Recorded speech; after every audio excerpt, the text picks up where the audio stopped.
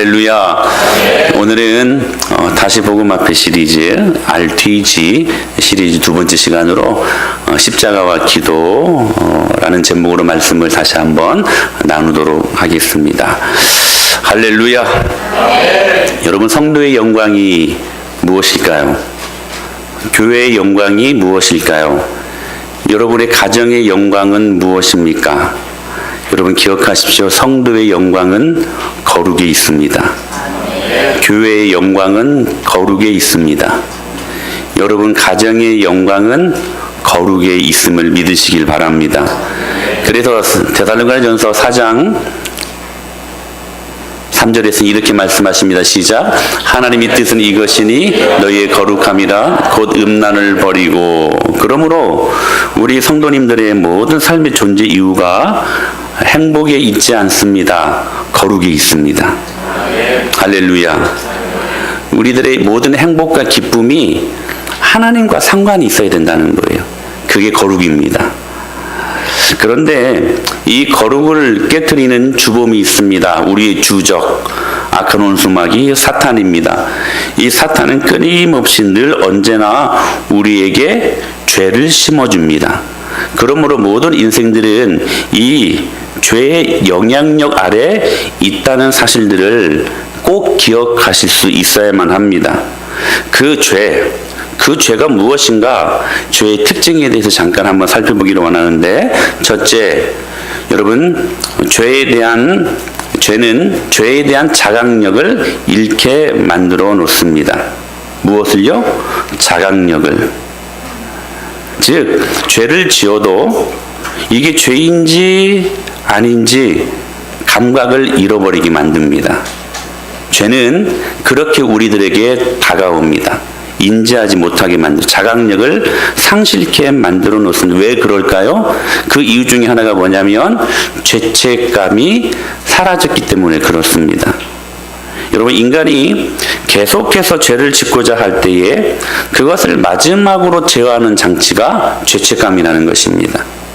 그러니까 너무 지나친 죄책감은 우리 신앙생활에 또한 적이 될 수 있지만, 그러나 적절한 죄책감은 우리 신앙생활을 유지하는 데 굉장히 유익한 도구라는 사실입니다. 그래서 죄를 짓고 죄책감을 느끼게 되면 그 죄를 토설하지 않고서는 괴로워서 견딜 수가 없습니다. 이것이 바로 죄책감이 가지는 뛰어난 기능이라는 사실입니다. 그러므로 성도가 하나님의 은혜에 깊이 잠겼을 때에는 아주 작은 미미한 거짓말 하나를 해도 내 마음에 찔림이 있어가지고, 내가 이렇게 은혜를 받았는데 이렇게 작은 죄로 무너지다니. 큰 죄를 지은 게 아니에요. 작은 죄 하나에도 내 마음이 아프고 막 힘든 거예요. 이게 여러분 죄책감이 가져다주는 굉장히 유익한 기능이라는 사실입니다. 그런데 이 죄책감이라는 것이 죄의 지배를 받게 되고, 그 지배력이 서서히 점점 이렇게 강력해지면 커다란 죄에 대해서도 아주 사소한 죄책감밖에 갖지 못한다라는 것이죠. 즉, 다시 말하면 전에는 은혜가 막 지배를 내 자신을 할 때, 내 자신에게 은혜가 막 쏟아 부어질 때에는 작은 죄 하나에도 그렇게 예민하게 마음 아파하며 민감하게 회개했던 내가 이 죄의 지배력이 점점 강해질 때에 이제는 작은 죄가 아닙니다. 큰 죄를 지어도 자각력을 잃게 만들어버린다는 거예요. 여러분, 다윗이 밧세바를 어느 한순간에 그냥 궁전의 옥상에 올라가가지고 이렇게 거닐다 보니까 어떤 아리따운 여인이 목욕을 하고 있네.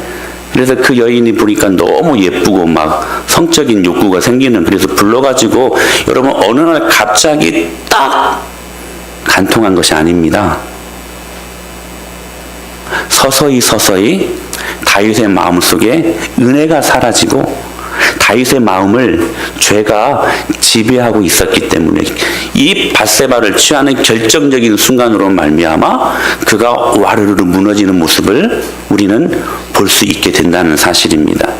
여러분, 그 간음죄가 그것으로 그칩니까?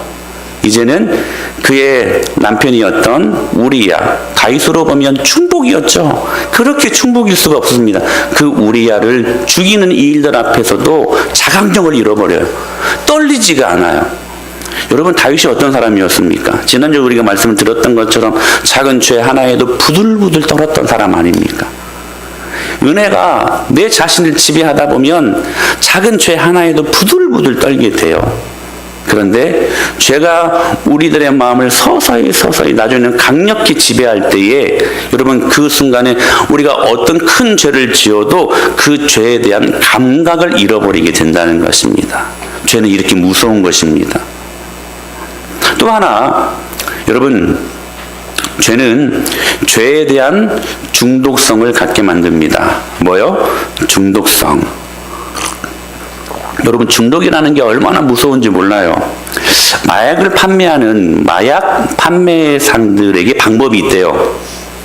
마약을 세일, 그러니까 잘 파는 방법이 있대요. 뭐냐면 할렘가나 조금 이렇게 힘들게 사는 사람들 앞에 가가지고 처음에는 마약이 여러분 굉장히 비싸잖아요. 여러분 아십니까? 근데 알면 안 돼. 알면 안 돼. 여러분, 마약은 굉장히 비싸잖아요. 조금만 가져도. 근데 그 비싼 마약을요, 공짜로 막 풀어버립니다. 공짜로. 네. 이게 힘들고 어려우니까 그 마약으로 힘든 것을 잊게 만들어버리는 것이죠. 근데 이것을 취하는 사람들이 이게 마약인지 몰라. 근데 이걸 먹으면 막 기분도 좋아지고, 막 고통도 막 잃고, 그렇죠? 막 아픔도 막 치료가 되는 것 같고 하니까 계속 그 마약을 한 번, 두 번, 10번, 나중에는 중독이 돼버립니다. 중독이 되는 것을 딱 보고 이 마약 파는 판매상들이 그때 돈을 올려버립니다. 그래서 그냥 마약 한 대를 맞았는데 막 100만 원, 막 200만 원, 막 이렇게. 잘은 모르겠어요. 그 정도 할 것 같아. 막 1000만 원 막. 그러니까 마약이 중독이 돼버리니까 그거 없이는 못 사니까.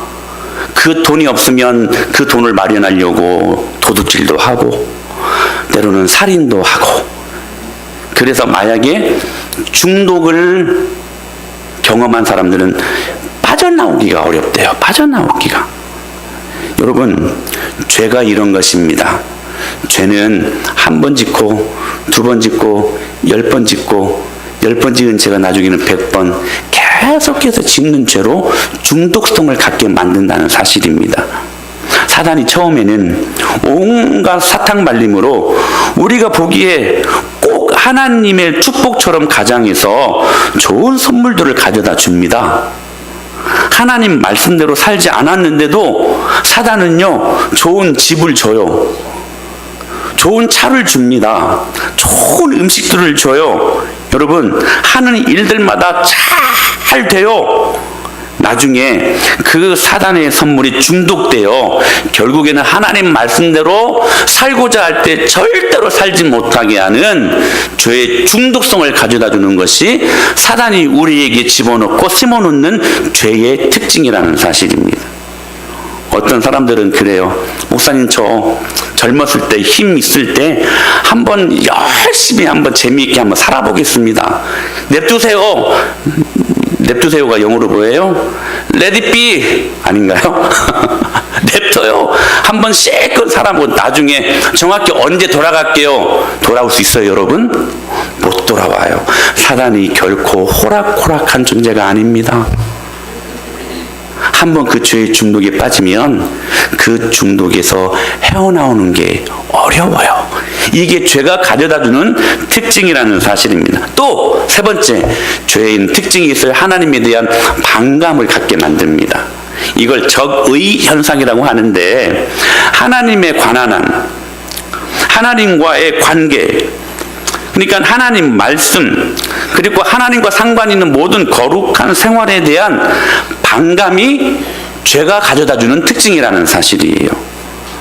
한편으로는 교회를 다니고 우리가 그리스도인이라는 이름을 갖고 있고, 그렇게 해서 하나님의 사랑을 갈망하면서도 또 다른 한편으로는 하나님의 거룩한 간섭으로부터 도망치고 싶은 모순이 우리 안에 있다는 사실이에요. 여러분, 말씀의 은혜는 받습니다. 여러분, 주일마다 말씀에 은혜 받지 않습니까? 아멘. 할렐루야. 저는 여러분들이 은혜 받아야 더 말씀을 재미있게 준비할 수 있어요. 아멘.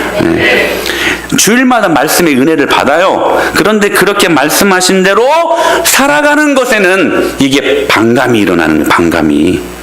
그래서 여러분, 때로 영적인 권위자가 무엇인가 말씀에 대한 요구와 부담을 줄 때 마음속에도 이게 튕겨져 나가요. 마음속에 부담감이 일어나요. 다른 건 이야기할 때 괜찮아요. 특별히 목장 안에서 세상 사는 이야기, 일주일 동안 힘들었던 거, 쉐어링 하는 거, 재밌어요. 좋아요. 세상 돌아가는 정세, 요즘 여러분 얼마나 재밌습니까? 이 정세가 막 여당, 야당 막 싸우고 그런 이야기 하면 막 정말 저만 재미있나? 정말 재미있지 않습니까, 여러분? 근데 이런 이야기 할 때에는 목장에서 아무런 거리낌이 없어요. 괜찮아요. 재밌어요. 우리의 삶을 나눈다라는 게 얼마나 재밌습니까? 근데 여러분, 참고로 말씀드리는데, 여러분들이 예배를 마치고 식사를 하고 모이는 목장 모임은 꼭 기억하십시오. 세상 사는 이야기 나누는 자리가 아닙니다. 물론 여러분의 일주일의 삶을 나누는 자리일 수는 있어요. 그러나 일주일 동안 하나님의 말씀에 빗대어 내가 살려고 했는데 내 마음이 연약하고 부족해서 이리저리 해서 넘어지고 말할 수 없는 죄악을 범했습니다. 하나님 아버지, 오늘 이 말씀을 우리에게 주셨는데 이 목장 안에서 서로 사랑하는 지체들과 서로의 삶을 되돌아보면서 우리의 삶을 하나님 고치겠습니다. 말씀으로 우리의 모난 부분들을 깎고 정말 둥글둥글하게 하나님 정말 좋아 보이는 그런 신실한 하나님의 사람이 되겠습니다. 서로 고백하고 서로 고치는 시간이 어떤 시간이에요? 목장 모임 시간이에요. 아멘. 그러니까 목장 모임은 내 이야기하는 시간이 아니에요. 내 신념, 내 생각, 내 경험, 내 상식을 말하는 시간이 아니에요. 그렇게 말을 했어도 오늘 들려주신 하나님의 말씀이 그것이 아니라고 말씀하셨으니 제가 고치겠습니다. 이거 고백하는 시간이 어떤 시간이라고요? 목장 모임 시간이라는 거예요. 그런데 내 생각이 아니라 삶을 나누는 자리가 아니라 갑자기 십자가를 이야기하고 희생을 이야기하고 헌신을 이야기하고 수고를 이야기하고 그리고 예수 믿는 사람들에게 가장 영원히 부담되는 이 짐, 기도의 짐, 기도하라고 말하면 이런 이야기가 나오면 마음이 닫혀요. 듣기 싫어요. 그런데 그 거룩한 부담감을 줄 때 우리 안에 이 죄는 우리들의 마음을 하나님으로부터 반감이 들게 만든다는 사실이 튕겨져 나가요. 이게 뭐가 주는 특징이라고요? 죄가 주는 특징이에요. 근데 더 중요한 게 있어요. 여러분, 이 죄는 네 번째로 내가 선택하는 것입니다. 아멘. 자, 여러분 보세요. 제가 상담학을 공부했잖아요. 깊이는 공부를 못했지만 솔직히 고백합니다. 하기 때문에 공부했습니다. 죄송합니다. 그걸로 석사학위를 받았는데 그래도 논문은 썼어요. 표절 같은 거 안 했어요. 저는 각주를 정확히 달았어요. 저는 그래도 혹시 실수한 건 있을 수 있을 것 같아요. 잡아내려고 맘먹는다면. 근데 여러분, 이제 이 상담학을 공부할 때 심리학을 잠깐 공부를 하거든요. 근데 심리학의 대부분 누구예요? 프로이드라는 사람이 있죠. 이 프로이드의 정신분석학적인 이 심리학. 근데 이게 뭐냐면 쉽게 말하면 이거예요. 누구에게 아픔이 있고 상처가 있으면 그 상처의 원인을 그를 잘못 기른 부모 탓, 그를 잘못 가르친 학교 탓, 그가 자란 잘못된 사회 탓을 하게 합니다. 물론 이건 부인할 수 없어요. 어느 정도 영향이 있을 수 있어요. 그러니까 구조적인 문제도 있을 수 있습니다. 그런데 중요한 것은 뭐냐면 이 프로이드는 마음의 창, 과거의 창이라 해가지고 묵상을 통해서 과거에 나를 힘들게 했고 나를 어렵게 했던 상황과 환경을 끄집어내라고 이야기를 해요. 그리고 그 과거로 돌아가서 나를 힘들게 했던 그 사람, 나를 힘들게 했던 그 상황과 환경, 그것과 맞닥뜨려 가지고 왜 나를 힘들게 했냐고, 왜 나를 어렵게 했냐고, 그 과거의 창으로 돌아가서 나를 힘들게 한, 나를 어렵게 한, 나에게 상처 준 그 원인 제공한 그것들을 향하여서 막 욕하라고 합니다. 그거 싸워서 결국에는 그거 이기라고 이야기해요. 그게 프로이드의 정신분석학, 마음의 창이라는, 과거의 창이라는 그러한 이론입니다. 근데 여러분, 제가 이 시간에 분명하게 말씀드립니다. 우리가 마음의 상처를 입고 마음의 아픔을 경험하는 것은 그 책임은 결코 부모도 사회도 학교도 아닙니다. 그 1차적인 책임은 여러분 기억하십시오. 자기 개인에게 있는 것입니다. 제가 이것을 조금 여러분들 마음이 어려워도 명확하게 말씀드리는 거예요. 그래야 우리에게 소망이 있기 때문에, 회개할 기회가 있기 때문에. 무엇이냐면 그 모든 내 마음의 상처와 이것이 발전되어져서 염려와 분노와 여러 가지 부정적인 수많은 죄악을 낳게 하는 것은, 그 모든 죄는 과연 어떤 상황과 환경이 아니라, 그 이유가 아니라 내가 선택해서 짓는 거라는 사실이에요. 여러분 기억하십시오. 아담이요, 하나님처럼 되고 싶어서 자기가 선택하여 선악과를 따먹습니다. 아담이 선택한 거예요. 죄를 선택한 거예요. 근데 그때 하나님이 묻잖아요. 야, 왜 그랬냐? 그랬더니 이 아담이 누구에게 책임을 전가합니까? 책임을 회피하지요. 하와에게. 하와에게 가서 너 왜 그랬니? 그랬더니 하와는 누구에게? 뱀에게. 여러분 기억하십시오. 죄는 어쩔 수 없어서, 한올 수 없어서 짓는 게 아니에요. 내가 선택해서 짓는 거예요. 어쩔 수 없어서 술 마셔요? 아니요. 내가 좋아서 마시는 거예요. 꼭 그래요, 여러분. 내가 왜 그렇게 될 수밖에 없었는가? 어릴 때 상처 때문이다. 자라난 환경 때문이다. 여러분 속지 마십시오. 내가 선택한 것입니다. 다시 말하면 이거예요. 내가 선택하여 죄를 이길 수도 있고, 할렐루야. 내가 선택하여 감사하는 그러한 인생을 살 수도 있고, 내가 선택하여 사랑할 수도 있고, 내가 선택하여 축복된 삶을 살 수 있다는 것입니다. 반대로 내가 선택하여 죄를 이겨야 되는데 죄를 짝하여 살고, 내가 선택하여 불평하고 원망하는 삶을 살 수가 있고, 내가 선택하여 누군가를 끊임없이 미워하는 삶을 살 수 있고, 내가 선택하여 축복이 아닌 저주의 삶을 내가 선택하여 살 수 있다는 거예요. 그 누구의 책임도 아니라는 것입니다. 여러분들에게 묻고 싶습니다. 여러분 안에 은혜가 있습니까? 네. 할렐루야. 아니, 솔직히 대답해보세요. 여러분 은혜가 있습니까? 네. 여러분 은혜도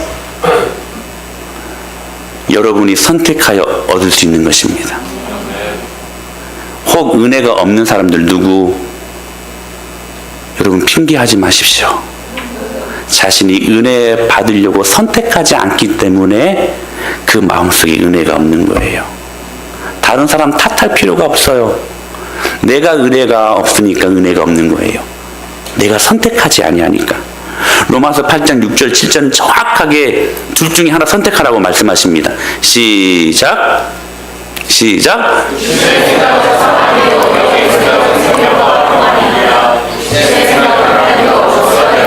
이는 하나님의 법에 굴복하지 아니할 뿐 아니라 할 수도 없습니다. 할렐루야. 육신의 생각은 명확해요. 사망이에요. 그러나 영의 생각은 생명과 평안입니다. 할렐루야. 왜 이렇게 말씀하시냐면 선택하라는 거예요. 너희가 사망을 살래? 아니면 생명과 평안을 살래? 둘 중에 하나, 그 가운데는 없다. 영적인 회색지대는 없어. 중간지대는 없어. 그 둘 중에 하나만 살게 되어 있는데 그 하나 선택하라는 거예요. 여러분, 선택한다는 것은 무엇을 전제로 하는 말입니까? 또 다른 하나를 포기한다는 의미잖아요. A와 B가 있습니다. 내가 A를 선택합니다. 그러면 B를 포기한다는 의미이죠. 여러분 기억하십시오. 우리가 육신의 생각으로 사망을 살 수 있는 삶이 있고 영의 생각으로 생명과 평안을 경험하는 삶이 있을 수 있다는 사실입니다. 그 선택은 저와 여러분들에게 달려있다는 거예요. 사랑하는 여러분, 선택하십시오. 만약에 여러분들이 하나님을 선택한다면 여러분은 죄를 포기한다는 의미예요. 그러나 기억하십시오. 여러분들이 죄를 선택한다는 것은 누구를 포기한다는 거예요? 하나님을 포기한다는 거예요. 그 중간지대는 없다는 거예요. 그래서 탁월한 신학자 청교도 존 오웬이 이렇게 말을 합니다. 같이 한번 자, 말씀을 보실까요? 시작. 신자가 죄를 범하는 순간 그것은 하나님을 버리는 것이다. 정확한 코멘트예요. 여러분들이 죄를 범하는 순간 그것은 하나님을 포기하는 것이라는 사실이에요. 여러분 기억하십시오. 은혜를 내가 선택할 수 있습니다. 물론 모든 은혜는 하나님이 불강력적인 일방적인 그런 은혜로 주시는 것들이 여러분 이걸 전제로 하는 말들입니다. 그러나 그 은혜를 받아 누리기 위해 그 은혜 아래 있는 모습은 우리들의 선택에 달려있다는 사실이에요.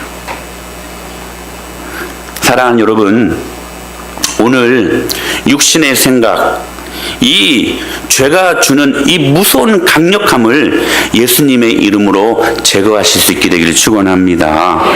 죄에 대한 자각력, 그리고 죄에 대한 중독성, 그리고 하나님께 대한 반감을 갖게 하는 이 죄. 그 죄는 누가 선택하는 것이다? 내가 선택하는 것이다. 죄가 얼마나 무서운 것인지 몰라요, 여러분. 그러니까 우리가 여러분 적당히 이렇게 놀이시설 가가지고 막 나는 그걸 왜 타는지 이해는 안 되지만 저는 절대로 저희 에버랜드 그 뭐죠? T 익스프레스? 그건 절대로 못 탑니다. 예. 혹 한 1,000만 원 준다면 탈 수도 있어요. 근데 절대로 못 타요. 돈을 왜 주면서 그걸 타는지 몰라요. 근데 재밌게 타거든요. 근데 여러분, 한 가지 꼭 기억하셔야 될 것은 죄를 상대로 해서 여러분 놀이하지 마십시오. 죄는 정말로 무서운 것입니다. 그렇다면 우리가 이 죄를 죽여야 되잖아요. 이 죄가 우리 안에 기생하지 못하도록 여러분, 우리가 이 죄에 대해서 무엇인가 액션을 취해야 되잖아요. 뭘까요? 죄를 죽이는 효과적인 방법이 뭘까요? 기도입니다. 그래서 기도가 중요한 거예요. 오늘 예수님은 그 기도에 대해서 두 가지로 말씀을 하셔요. 어떤 기도가 우리에게 필요한가? 첫째로 힘쓰고 애써 하는 기도가 우리에게 필요하다. 이 말씀은 우리의 육체가 하나님을 갈망하는 영혼에 굴복당해야 된다. 이것을 전제로 하는 말씀이에요. 예수님께서 기도하실 때 지금 십자가에 돌아가시기 전날 밤에 겟세마네 동산에 우리 지난주에도 말씀드렸잖아요. 그 동산에서 기도를 하시는데 지금 성경 기자가 뭐라고 말씀하고 있냐면 예수님께서 기도하시는 동안에 힘을 쓰셨다라고 지금 말씀하고 있어요. 힘을 쓰셨다. 이 힘을 쓰셨다라는 말은 실제로 육체의 힘을 이야기하는 거예요. 육체의 힘. 즉 영혼으로 예수님의 그 육체를 영혼 안에 복종시켰다는 말이에요. 오늘 본문에 나타난 예수님을 통해서 우리가 이 부분들을 잘 알 수가 있는데 예수님이 십자가에 못 박혀 돌아가시기 전날, 잡히시기 전날 밤까지도 예수님은 병든 자를 치료하셨고 약한 자를 도우셨고 무지한 자에게 복음을 가르쳤고 귀신 들린 자에게 귀신을 내쫓으시면서 정말 마지막까지 그의 모든 육신의 힘을 소진하는 그런 사역을 감당하십니다. 그렇게 자신의 육체의 짐을 모두 소진하셨는데도 하나님의 특별한 은혜가 필요한 순간이 되자 성부 하나님과의 사랑의 관계를 유지하고자 예수님의 육체는 철저히 하나님의 은혜를 갈망하는 그 예수님의 영혼에 복종되고 있었다는 사실입니다. 피곤한 육체를, 세상에 쏠려 있는 육체를, 하나님보다 세상에 더 관심이 있는 그 육체를, 하나님의 은혜를 갈망하는 그 우리의 영혼에 복종케 하는 것, 그래서 어느 때보다 더 간절한 영혼의 간절함으로 육체가 복종해 힘을 쏟으며 하나님을 찾는 일에 동참하게 만드는 것, 이것이 힘쓰고 애쓰는 기도의 모습이라는 사실입니다. 즉 쉽게 말하면 이거예요.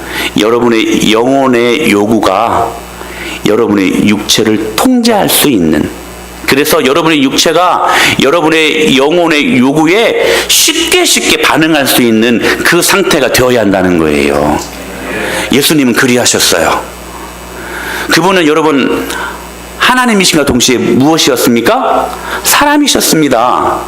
그는 완벽한 사람이었어요. 오감을 갖고 있는 사람이었어요. 다시 말하면 여러분 살인적인 스케줄이 있으면 좀 쉬어야 되는 피곤함에 찌들린 육체를 갖고 있었다는 사실이에요. 그런데 결정적인 순간이 임할 때에, 하나님 앞에 특별하게 기도해야 될 그 상황이 임할 때에 예수님은 그 피곤에 찌든 육체가 영혼을 복종시킨 게 아니라 영혼이, 예수님의 영혼이 그 피곤한 육체를 자유자재로 끌고 다니는 그러한 간절한 하나님의 놀라운 기도의 축복을 가지고 계셨다는 사실입니다. 그런데 이 말씀을 비춰보면 우리의 모습이 너무나 안타까워요. 정말 하나님의 뜻대로 살고 싶어하고 하나님의 온전한 자녀가 되고 싶어 합니다. 진실합니다. 진짜 그것을 느낄 수가 있어요. 우리 지난주에 말씀 생각나십니까? 마음에는 원이로되. 그것을 인정할 수 있어요. 그 방향도 옳습니다. 그리고 자기 부족도 압니다. 그래서 절대로 교만하거나 혹은 하나님을 향해서 거만하지 않습니다. 돈 많이 벌어서 부자 되고 싶어 하는 것도 아니고 참된 신자가 되고 싶어 합니다. 그래서 간간히 기도도 합니다. 그 기도 속에 눈물도 있어요.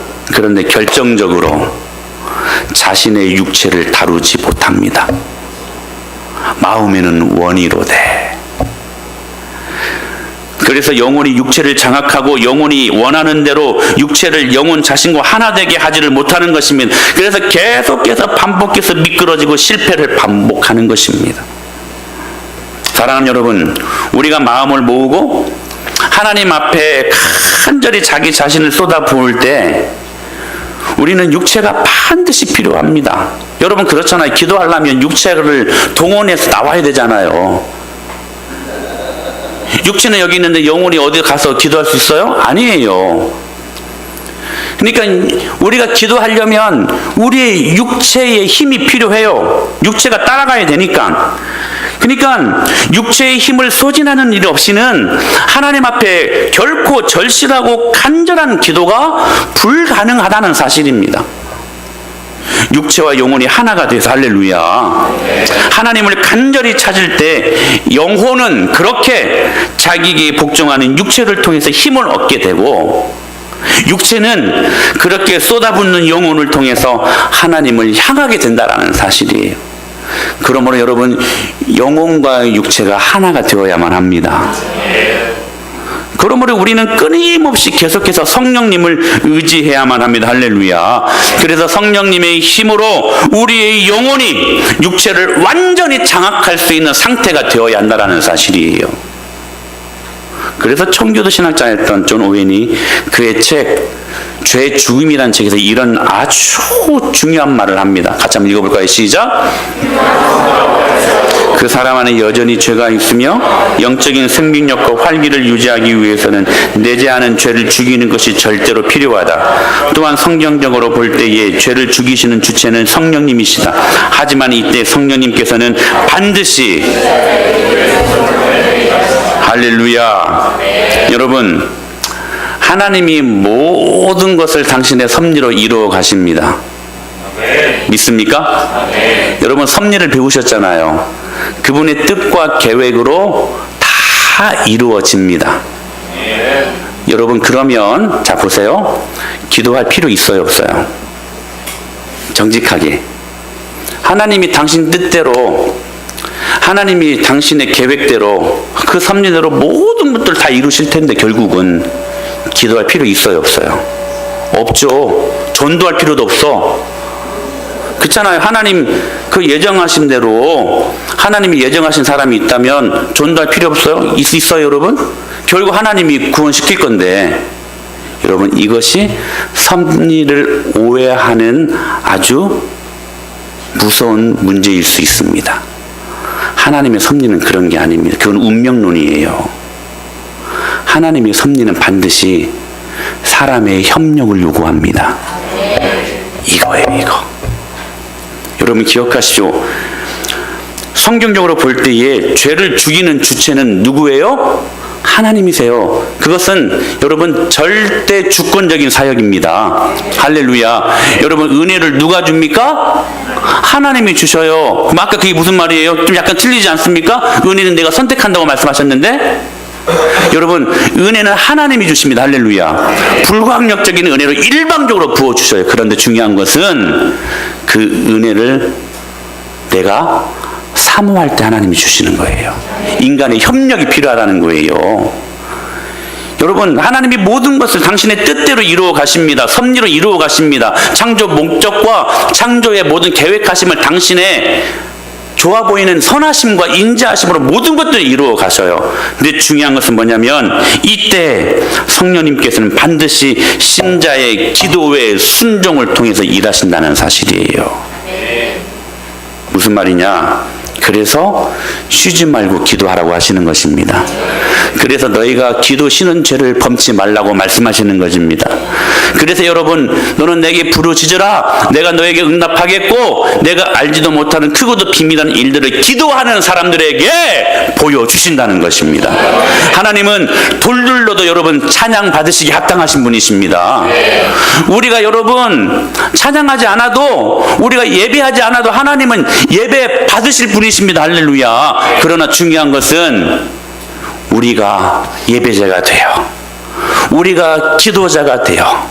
우리가 협력자가 되어 하나님의 그 위대한 사역 앞에 동참할 수 있다는 것이 여러분 영광 아니겠습니까? 이렇게 우리가 쓰임 받아야 된다라고 성경은 말씀하시는 거예요. 여러분 그분은 전능하신 분이십니다. 그분은 못하실 것이 없는 분이십니다. 오늘 여러분의 모든 아픔과 고통, 기도 제목들 하나님 앞에 여러분 그 제목들을 가지고 나오시기를 바랍니다. 주님이 다 응답하세요. 그분은 전능하신 분이시기 때문에. 그러나 기도하는 사람들에게 부어주신 축복입니다. 협력이 필요해. 하나님이 여러분 부족해서 협력이 필요할까요? 아니에요. 하나님은 그렇게 일하시는 분이십니다. 그게 주님의 일하심의 방법이에요. 그래서 여러분 성령님을 헬라어로 뭐라고 말합니까? 파라클레토스라고 이야기하는 것입니다. 파라 뭐뭐 곁에서, 클레토스 뭐예요? 도우시다라는 말이에요. 성령님은 절대로 여러분 우리를 대신해서 일하시는 분이 아니십니다. 오해하지 마십시오. 성령님은 우리를 곁에서 도우시는 분이십니다.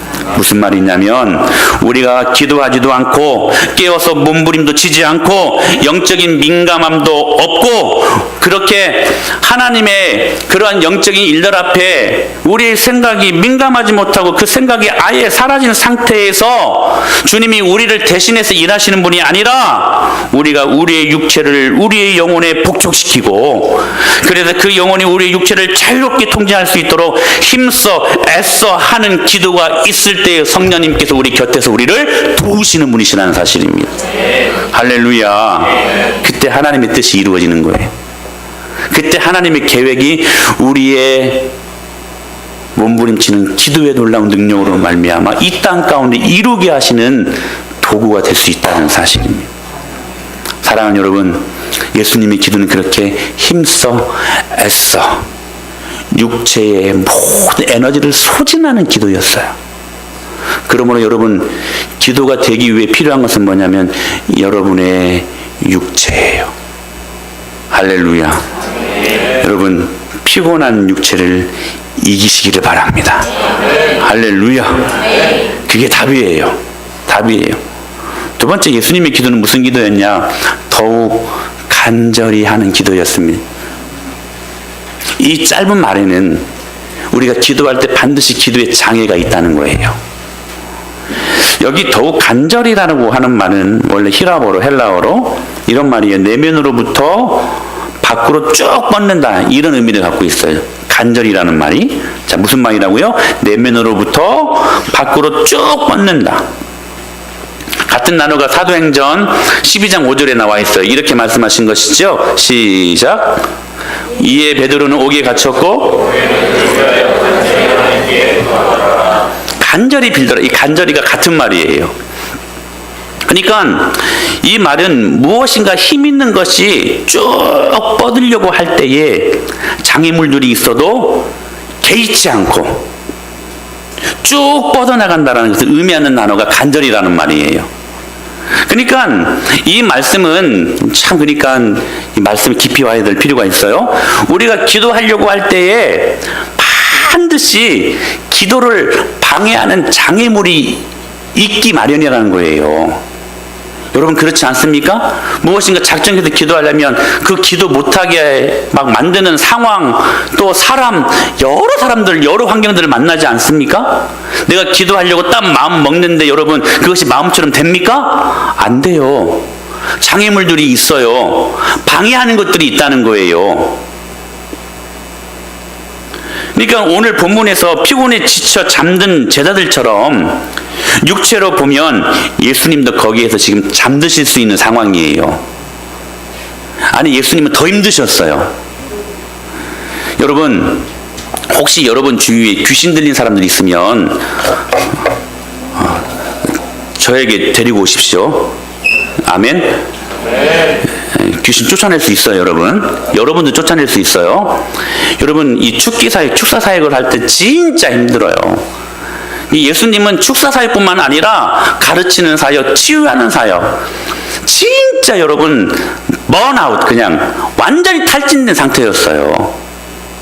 그러니까 지금 제자들이 피곤해가지고 잠들 상황이라면 예수님은 더 지금 주무시고 있어야 될 상황이라는 거예요. 왜? 예수님은 하나님과 동시에 사람이셨기 때문에. 예? 그런데 여러분, 예수님께서 지금 잠든 제자들 향해 뭐라고 말씀하셨어요? 마음에는 원이로되, 마음에는 원이로되. 이렇게 말씀하신 것을 보면 예수님이 제자들을 이렇게 본 거예요. 그 마음을, 어떤 마음을 본 거냐면 기도하고자 하는 마음을 본 거예요. 근데 기도하고 싶은 마음이 그 안에 있었다는 거예요, 그들에게. 그런데 그 다음 제자들에게 하신 말씀이 뭐냐면 육신이 약하도다. 육신이 약하도다. 마음은 하고자 하는 그런 원이 있으나 육신이 약해서 그렇게 할 수가 없었다는 것을 지금 전제로 하시는 말씀이라는 것이죠. 여기에서 여러분, 예수님과 제자들과 보인 차이가 있어요. 먼저 공통점은 뭐냐면 두 분 다, 이게 둘 다, 제자들도 예수님도 기도하고 싶으셨어요. 이게 공통점이에요. 근데 차이가 있어요. 차이는 뭐냐? 마음에는 원이 있었는데 제자들은 게으른 육체에 졌고 예수님은 그 육체를 이겼다는 것입니다. 할렐루야. 다시 말씀드립니다. 여러분, 기도 못하게 하는 여러분의 피곤함을 이기시기를 바랍니다. 그거 쫓아버려야 돼요. 얼마나 많은 시간들 동안 피곤함 때문에 우리가 기도의 그 위대한 놀라운 능력을 경험하지 못하고 살아가는지. 그래서 하나님 앞에 자기를 쏟아 부으며 예수님은 그렇게 간절히 기도하실 수 있으셨다는 거예요. 그러니까 제자들은 그 피곤한 육체에, 게으른 육체에 졌고 예수님은 똑같이 피곤한 육신이 있었지만 그 육체를 이기시고 하나님 앞에 기도의 무릎으로 나아갈 수 있었다는 것입니다. 사랑하는 여러분, 여러 가지 많은 제약적인 요인이 있겠지만 예수님의 그 간절함은 모든 장애물을 뚫고 계속 뻗어나갔습니다. 예수님의 영혼의 상태가 그러했기 때문에 자기를 바치는 간절한 기도를 하나님 앞에 드렸고 십자가에서 그 간절한 기도의 힘으로 능히 이길 수 있으셨던 것입니다. 사랑하는 여러분, 십자가를 지기를 원하십니까? 십자가를 지기를 원하십니까? 다시 복음 앞에 서기를 원하십니까? 여러분, 기도로 이기십시오. 그래야 십자가를 질 수 있고 다시 복음 앞에 설 수 있는 것입니다. 반면에 제자들은 예수님이 그 십자가를 지는 순간에 모두 패배하고 도망을 가게 됩니다. 요인이 뭐냐? 피곤한 육신에 져서 기도하지 아니했기 때문이라는 사실이에요. 사랑하는 여러분, 간절함은 장애를 극복하게 하는 힘이 있습니다. 간절함은 도저히 그 일을 이룰 수 없도록 방해하는 여건들을 물리치고 최후에 자신이 가지고 있는 모든 소원을 성취하게 하는 커다란 능력이 이 간절함 속에 있다는 사실이에요. 제가 그래서 여러분들에게 기도를 요구할 때, 기도하라고 할 때 그렇게 간절히 하라고 말씀하신 것이 바로 여기에 있는 것입니다. 사랑하는 여러분, 기도의 방해, 기도의 장애물을 이기는 효과적인 도구가 간절함입니다. 여러분 안에 간절함이 있습니까? 저는 이 간절함을 이야기할 때 항상 생각나는 여인이 있어요. 수로보니게 여인, 가나안 여인이었습니다. 이 여인에게 큰 문제가 있었어요. 이렇게 말씀하시죠? 시작.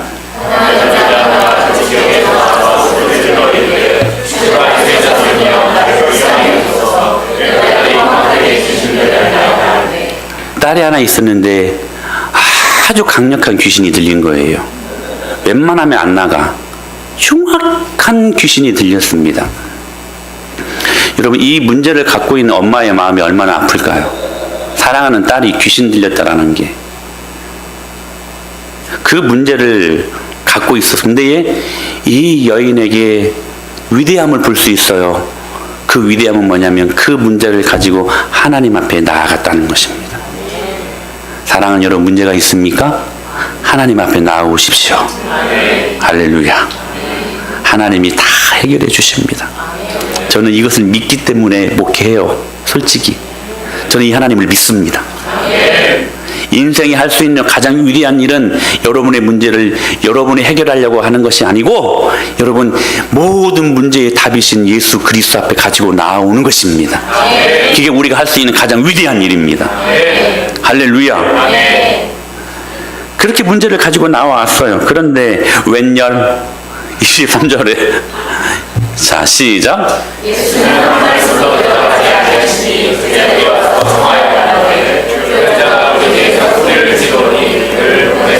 이 여인이 듣기를 예수님께 간구하면 모든 문제를 해결해 주시고 예수님께 기도하면 모든 아픔을 치료하실 것을 그가 소문으로 듣고 그 믿음을 갖고 나아갔어요. 그래서 좀 고쳐달라고 나아갔는데 웬일입니까? 예수님은 한 말씀도 대답하지 않니 침묵으로 일관하십니다. 첫 번째 거절입니다. 그런데도 또 나아가요. 다음 말씀 시작.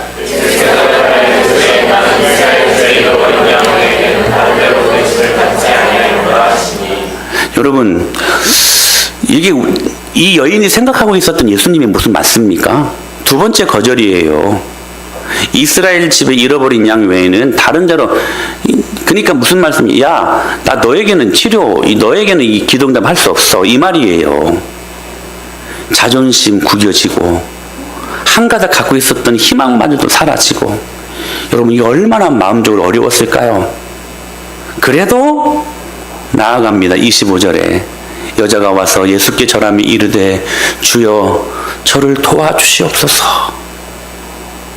여러분 무슨 말일까요? 지금 하나님 앞에 기도하는 이 여인의 모습 속에 지금 무엇이 있었다는 거예요? 장애물이 있었다는 거예요. 응답이 안 되잖아요. 지금 두 번 거절받았잖아요. 지금.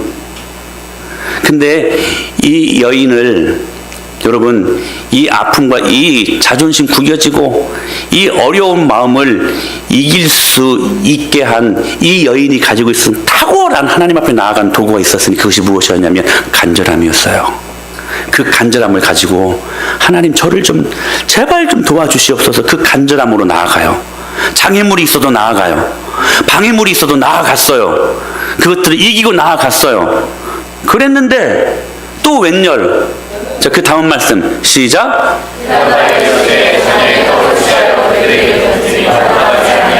이건 완전히 확인사살하는 거예요. 이건 완전히 한번 막 지금 죽어가고 있는 다시 한 총을 쏘는 거예요. 지금 이제 개 취급을 해요. 개 취급을. 자녀의 떡을 취하여 개들에게 던짐이 마땅치 않아.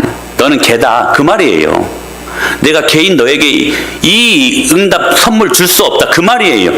얼마나 여러분 시험들만 이 정도 되면 여러분 예수님 떠나야 되지 않습니까? 여러분 같았으면 어떻겠습니까? 여러분 이 정도 됐으면 여러분 교회에 나가야 되지 않겠습니까? 예수님 안 믿어야 되는 거 아닙니까? 그러니까 여러분 제가 여기서 볼 수 있는 것은 피곤한 육체가 하나님을 만나게 하는 기도로 나아가지 못하게 하는 요구 원인일 수도 있는데 더 우리가 하나님 앞에 나아가는데 장애물이 되는 것 중에 하나가 뭐냐면 바빠서가 아니고 시간이 없어서가 아니고 힘들어서가 아니고 그 하나님 앞에 나아가는 이 일들을 방해하는 가장 큰 장애물 중에 하나가 저는 이거 같아요. 낙심.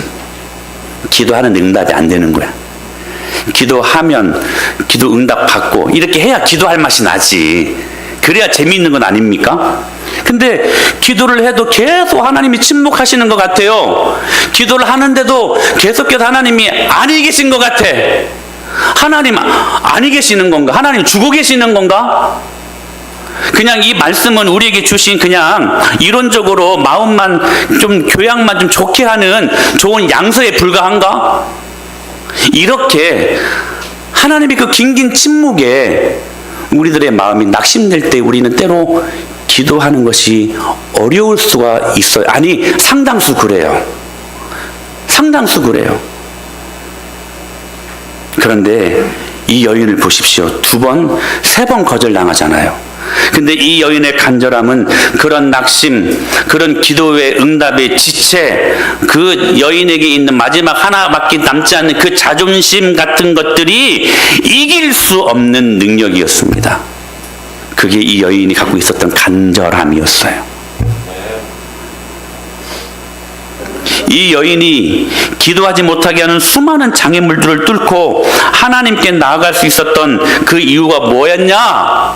간절함이었다는 사실이에요. 어떤 간절함이었을까요? 딸을 낳게 하겠다는 그 간절함. 이 여인에게 기도가 분명한 그 기도의 용도가 있었어요. 여러분 우리의 기도가 왜 간절하지 못하는 줄 아십니까? 기도의 용도가 없으니까 그래요. 기도의 용도가 없는 여러분 기도를 어떤 기도라고 말씀한 줄 아세요? 중언부언하는 거라고 이야기해요. 내 남편의 구원의 문제, 할렐루야. 예?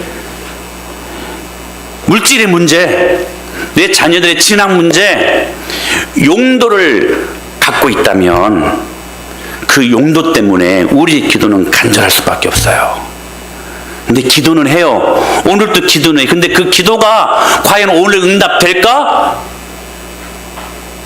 간절함이 없어요. 기대감이 없어요. 사모함이 없어요. 그러니까 중언부언하다 가는 것이죠. 하나님이 그런 기도에는 응답하시지 아니하십니다. 저는 여러분들이 기도할 때 이렇게 기도할 수 있게 되기를 축원합니다. 내가 오늘 기도하면 하나님이 기도하는 그 순간에 응답하신다. 할렐루야. 적어도 여러분 그 믿음을 갖고 우리는 기도해야만 합니다. 아멘. 그 확신. 한번 목표를 삼고 예수님 외에 이 딸을 치료할 길이 없으니 오직 이 딸에게 있는 붙었던 더러운 귀신이 쫓겨나가는 것은 하나님 당신만이 하실 일입니다. 제발 좀 고쳐주시옵소서. 한번 목표를 삼고 은혜의 용도를 가지고 간절함으로 나아가니 그 어떤 것도 이 여인의 간절함을 막을 수 없었고 이길 수 없었다는 사실입니다. 사랑하는 여러분, 기도할 때 반드시 장애물들이 있어요. 여러분 꼭 기억하십시오. 내가 작정하려고 기도하면 반드시 방해하는 것들이 있습니다. 그러나 여러분 간절하십시오. 그 간절함이 모든 여러분의 기도를 막고 가로막고 방해한 장애물들을 이기게 하는 능력이라는 거예요. 개척 초기 몇 번 말씀드렸는데 힘들고 어려우니까 집도 없고 정말 너무 힘드니까 계속해서 찾아가는 곳이 산이요 뒷산이었어요. 여러분 저 뒷산 이름이 뭔지 아세요? 그레이스 마운틴입니다. 은혜의 동산이에요. 할렐루야. 저는 그렇게 이름 붙였어요. 산 이름 없어요. 근데 제가 그렇게 이름을 붙였어요. 은혜의 동산이 은혜의 동산. 그곳에 올라가서 기도만 하고 나오면 막 통장에 돈이 들어와. 막 1,000만 원, 2,000만 원 막. 그래서 이룬 곳이 이 교회입니다. 할렐루야. 그러니까 여러분, 그 어떤 비도 비바람도 눈도 나의 그 산에 올라가서 기도하는 것을 막을 수가 없었어요. 간절했기 때문에. 할렐루야. 지금도 산 자주 올라가거든요. 요즘은 기도하는 재미도 있지만 올라가면 또 한 가지 재미가 있어. 올해는 이거 알려주면 안 되는데 산딸기가 그렇게 많이 났어요. 산딸기가 완전히 산딸기 굴락이 있어. 굴락이. 예. 근데 중요한 건 그것을 나만 본 게 아니겠지? 예? 그래서 제가 기도하려고 올라가면서 비닐백 하나를 갖고 올라가요. 그래서 따와가지고 신원이 한 주먹 입에 막 몰아 넣어줬어. 근데 아직 막 연글지는 않았어요. 비가 안 내려서 그런지. 근데 물어보시면 제가 알려드릴게요. 진짜 산딸기 굴락지가 있어요. 그 씨가 이렇게 퍼졌던 모양이에요. 얼마나 선선한 재미가 있는지 몰라요. 산에 올라갈 때마다. 간절함이 있을 때에는 여러분, 그 어떤 것도 나의 이 기도를, 산에 올라가서 하는 기도를 어떤 것도 막을 수가 없었어요. 여러분 안에 그 간절함이 있냐고 저는 여러분들에게 물어보는 것입니다. 그때 27절에 이렇게 그 여인이 고백을 합니다. 시작.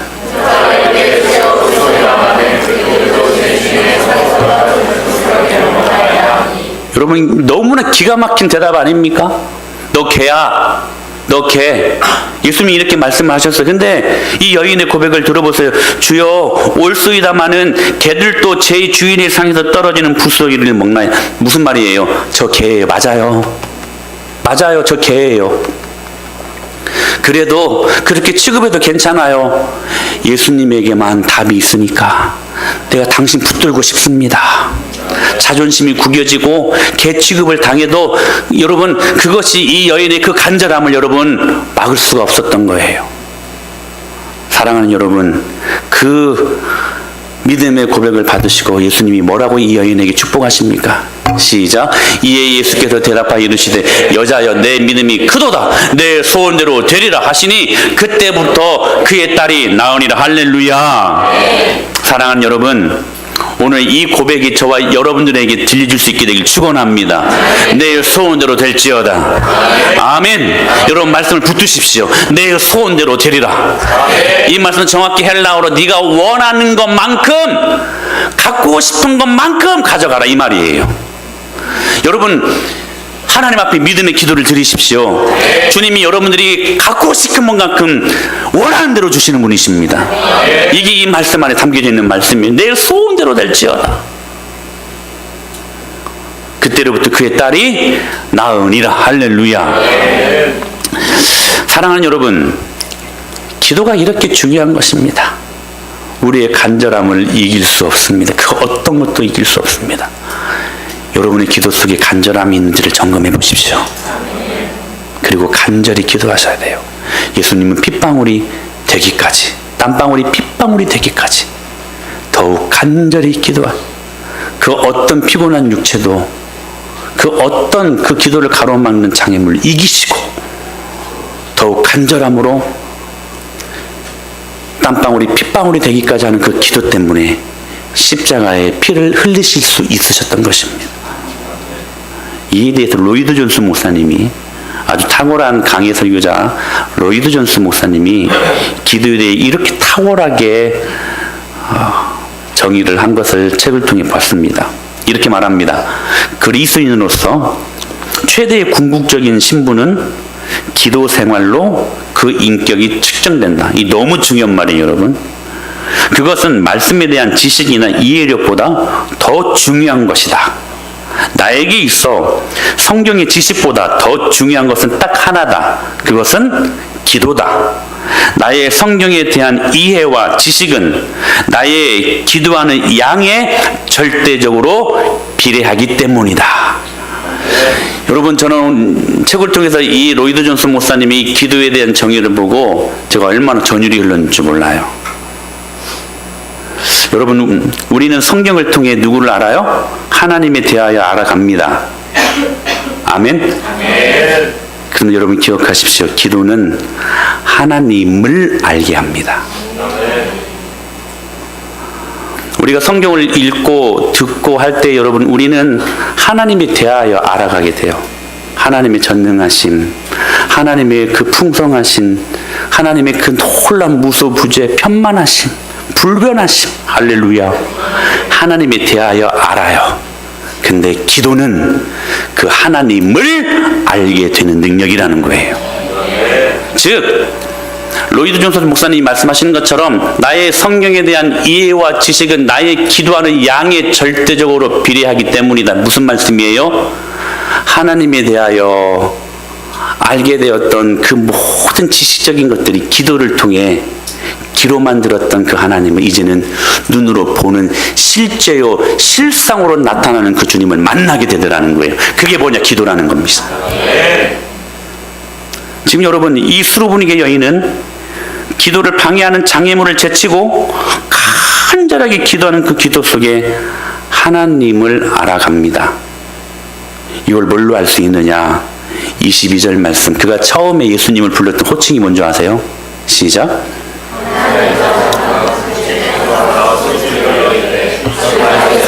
나를 불쌍히 여기소서. 내 딸이 흉악하게 귀신 들렸나이다. 여러분, 이 여인이요, 이 수르보니 이 가나안 여인이요, 하나님에 대해서, 예수님에 대해서 듣고 있었어요. 그분이 어떤 분이시라는 거? 다윗의 자손이시라는 거. 하나님에 대하여 알고 있었어요. 대하여. 근데 그 기도의 거절감을 경험하고 그래도 더욱 간절히 기도했던 이 수르보니게 여인이 마지막에 이 예수님을 뭐라고 여러분 호칭이 바뀐 줄 아십니까? 시작.